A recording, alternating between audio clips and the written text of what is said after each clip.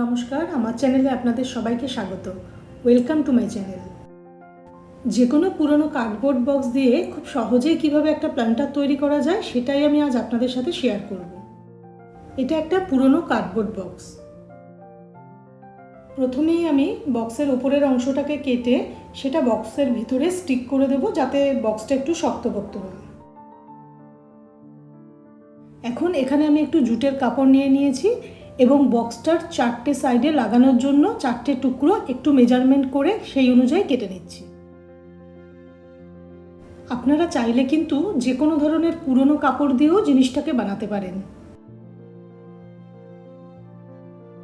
প্রথমে আমি বক্সটার উপর খুব ভালো করে ফেভিকল লাগিয়ে নিচ্ছি।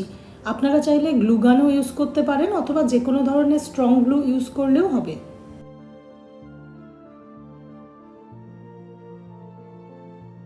এরপর কেটে রাখা জুটের টুকরোটাকে আমি এর উপরে খুব ভালোভাবে স্টিক করে দেব। বাকি সাইডগুলোকেও এই একইভাবে কভার করে নিতে হবে।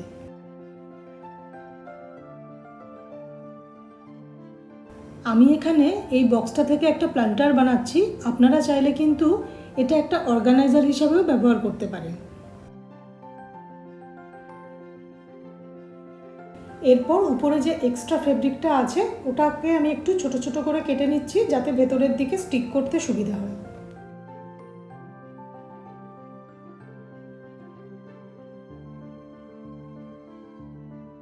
এরপর একটু গ্লু লাগিয়ে সেই কাটা অংশগুলোকে এখানে ভালো করে আটকে দিতে হবে।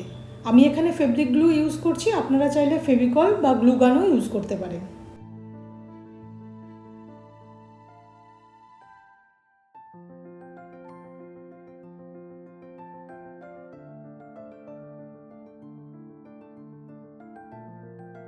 বাকি অংশগুলোকেও আমি গ্লুগানের সাহায্যে আটকে নিচ্ছি। এখানে আমি 3 ধরনের গ্লুই ব্যবহার করে দেখিয়েছি, আপনারা যে কোনো এক ধরনের গ্লু ইউজ করতে পারেন। তবে গ্লুগান ব্যবহার করলে কিন্তু একটু কেয়ারফুলি ব্যবহার করতে হবে।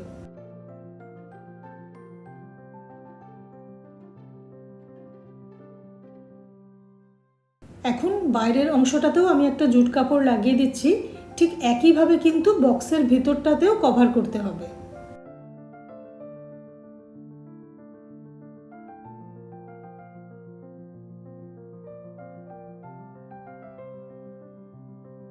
সমস্ত কাপড়গুলো লাগানোর পরে মোটামুটি এরকম দেখতে হবে, ভিতরটাও যেন এরকম হয়।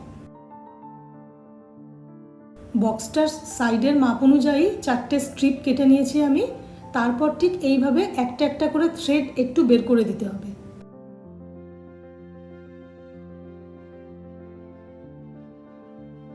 এরপর এক এক করে চারদিকে 4টে স্ট্রিপ লাগিয়ে দিতে হবে। এটা জাস্ট একটু ডেকোরেশনের জন্য লাগাচ্ছি। এই ধরনের বিভিন্ন ভিডিও দেখার জন্য আপনারা কিন্তু আমার চ্যানেলটিকে অবশ্যই সাবস্ক্রাইব করে রাখবেন, আর ভালো লাগলে অবশ্যই লাইক, শেয়ার, কমেন্ট করবেন।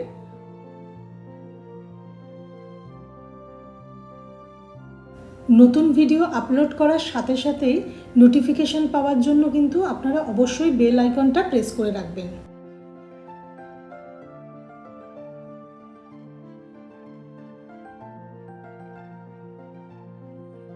নিচের দিকটা একটু খালি খালি লাগছিল বলে আমি একটু জুট রোপ নিয়ে এই জায়গাটাতে একটু পেঁচিয়ে দিচ্ছি। খুবই সিম্পল কাজ একটা।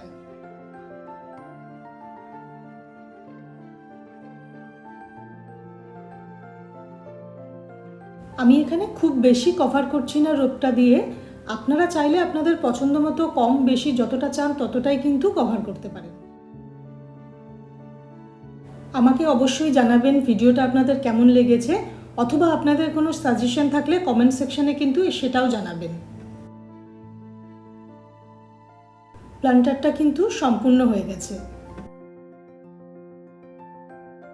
আমি আমার ইনডোর প্ল্যান্টের জন্য এই প্ল্যান্টারটাকে ব্যবহার করেছি।